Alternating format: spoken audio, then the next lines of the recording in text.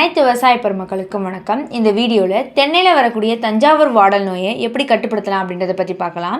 இந்த நரிகள் எப்படி இருக்கும் அப்படின்னு பார்த்தோம்னா, ஓலைகள் எல்லாமே மஞ்சள் கலரில் மாறி அடுத்து காஞ்சி தொங்க ஆரம்பிச்சிருது. தண்டு பகுதிகளில் பிளவு ஏற்பட்டு சிவப்பு நிற திரவம் வெளிவருது.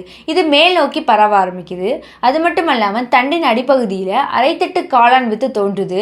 கடைசியில் மரமே செத்து போயிடுது. இதை கட்டுப்படுத்த என்ன செய்யலாம் அப்படின்னா, பாதிக்கப்பட்ட மரங்களை தோப்புலேருந்து அகற்றிடலாம். பசுந்தாள் உரங்களான சனப்பை, தக்கை பூண்டு இந்த போன்ற பயிர்களை தோப்புலையே வளர்த்து உழுது விட்டுறலாம். அப்படி இல்லைன்னா நம்ம ப்ராடக்டான ஃபிடலிட்டியை பயன்படுத்துறது மூலமாகவும் இந்த தஞ்சாவூர் வாடல் நோயை கட்டுப்படுத்தலாம். ஃபிடலிட்டி பயோ ஃபங்கிசைட் கன்சார்ஷியா இயற்கை பூஞ்சான கொல்லி கூட்டமைப்பு.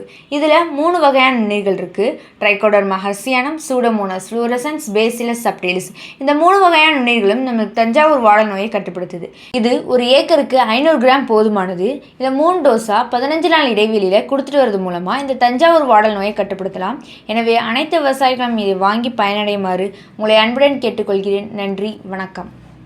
மேலும் விவரங்களுக்கு 6383404512